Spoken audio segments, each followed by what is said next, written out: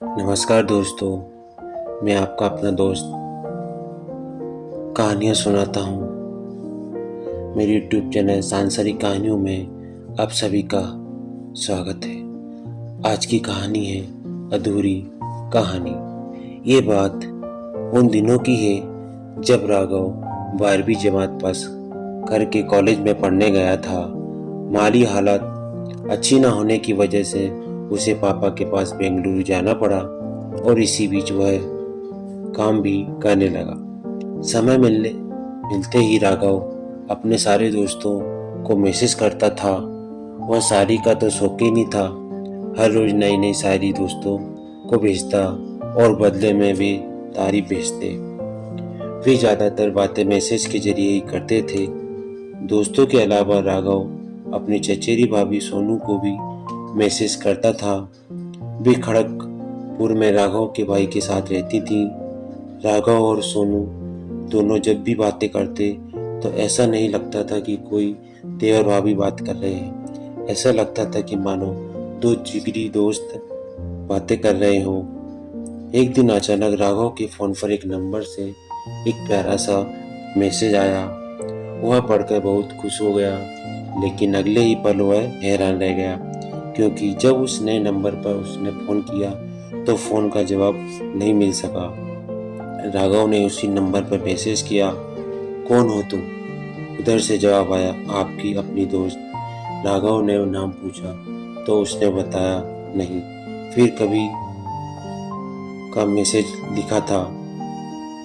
राघव ने सोचा शायद मेरा ही कोई दोस्त मुझे नए फ़ोन नंबर से परेशान कर रहा है। रात को राघव ने उस नंबर पर फ़ोन किया। एक लड़की ने फ़ोन उठाया और जैसे ही वह हेलो बोली, राघव के रोंगटे खड़े हो गए। राघव ने हकलाते हुए पूछा, कौन हो तुम? मेरा नंबर तुम्हें किसने दिया? तुम कहाँ से बोल रही हो? उस लड़की ने बताया, मेरा नाम पूजा है। इसके बाद उसने राघव से कहा कि वह उसे पहले ही जानती थी। उसके बारे में बहुत सारी बातें भी बताई। वह देखने में कैसा है, उसका कद कितना है, वगैरह वगैरह। राघव ने पूछा, मुझे कहाँ देखा आपने?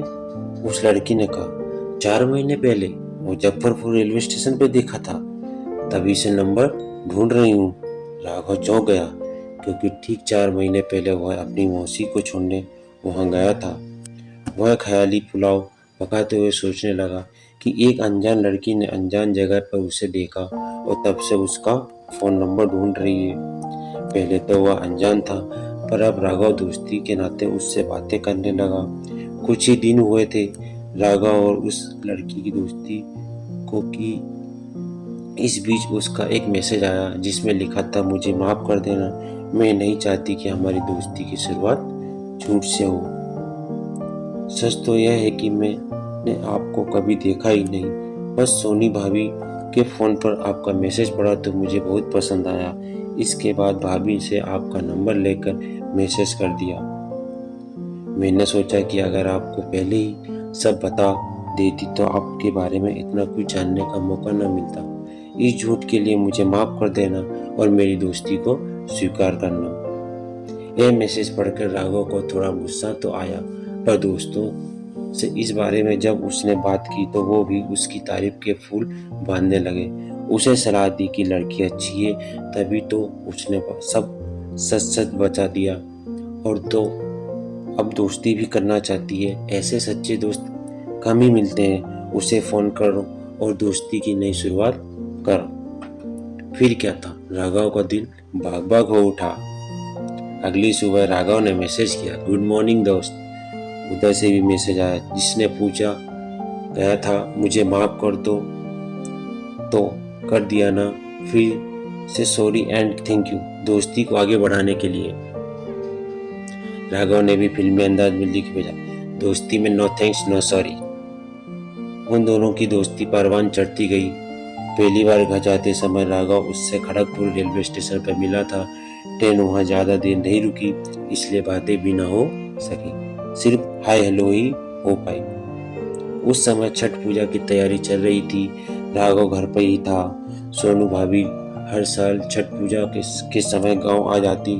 इस बार भी आई, पर वे अकेली नहीं, पूजा में साथ थी।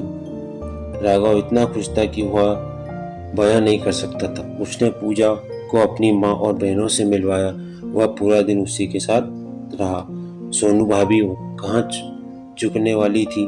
बीवी ताने कसती, क्यों देवर जी, क्या इसे यही छोड़ दूं हमेशा के लिए।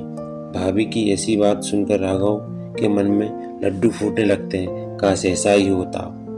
पूजा भी थी ही ऐसी, गोरा रंग, लंबी नाक, लंबा कद, पतली कमर, मानो कोई अप्सरा हो। राघव मन ही मन उसे चाहने लगा था। उसके फोन की बैटरी और पैसे खत्म हो जाते, पर बातें नहीं। हर साल छठ पूजा पर पूजा भी सोनू भाभी के साथ उससे मिलने चली जाती, लेकिन राघव का भी कभी हिम्मत नहीं हुई कि वह भी कभी उसके घर जाए। राघव जब भी गांव आता उससे स्टेशन पर ही मिलकर चला जाता। प्यार वह भी उसे करती थी, पर बोलती नहीं थी। राघव ने उससे प्यार का इजहार करवा कर ही रहा। अब दोस्ती भूलकर प्यार मोहब्बत की बातें होने लगी। बात शादी तक पहुंच गई। राघव ने हिम्मत करके पड़ोसियों के जरिए अपने प्यार और शादी की बात माँ तक पहुंचा दी। माँ ने इस रिश्ते को एक बार में ही खारिज कर दिया। इसकी वजह यह थी कि लड़की उनकी बिरादरी की नहीं थी, पढ़ी लिखी है, शहर में रहने वाली है, गांव के बारे में क्या जानती है। माँ के ख्याल से शायद पूजा घर परिवार ना संभाल सके। उनको ऐसी लड़की चाहिए थी कि जो घर को संभाल सके। घर तो पूजा संभाल ही लेती है, पर माँ को कौन समझाए। पुराने ख्यालों वाली माँ जो एक बार बोल देती है, वही राघव के लिए पत्थर की लकीर हो जाती है। समय का पहिया अपनी रफ्तार को चलता रहा। राघव के दोस्तों, पड़ोसियों, सभी ने उसे सलाह दी कि वह पूजा को भागा ले जाए। माँ के कुछ दिन नाराज रहेगी, पर समय के साथ सब ठीक हो जाएगा। राघव आगे पीछे की सोचने लगा। जैसे हर माँ के सपने होते हैं, वैसे ही मेरी माँ के भी सपने होंगे। वे सोचती होगी कि उनके बेटे की शादी होगी, बैंड बाजा बजेगा, वे खुशी के मारे नाचेंगी। राघव ने भी सोच लिया था कि पूरे परिवार के सामने उसकी शादी होगी।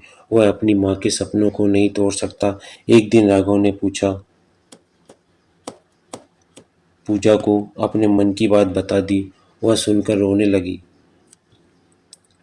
रोया तो वह भी था। कुछ सोचकर पूजा ने कहा, आपकी शादी किसी से भी हो, पर आप हमेशा खुश रहना।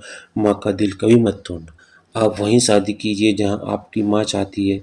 जब तक हम दोनों में से किसी एक की शादी नहीं होती, तब तक हम दोस्ती के नाते बातें तो कर ही सकते हैं। फिर पूजा छठ पूजा पर गाँव नहीं आई। राघव भी उदास रहने लगा। उन दोनों का क्या क्या सपने देखे थे कि शादी होगी, शादी के बाद घर पर ही वह कोई काम करेगा, पूजा बच्चों को ट्यूशन पढ़ाएगी और वह दुकान चलाएगा। कहते हैं न कि आदमी जो सोचता है वह हमेशा पूरा होता है, बल्कि सच में सोचा हुआ काम कभी पूरा नहीं होता। जो राघव ने सोचा था वैसा भी तो अधूरा ही रह गया। मेरी कहानी अच्छी लगी हो तो चैनल को लाइक शेयर सब्सक्राइब जरूर करें। धन्यवाद।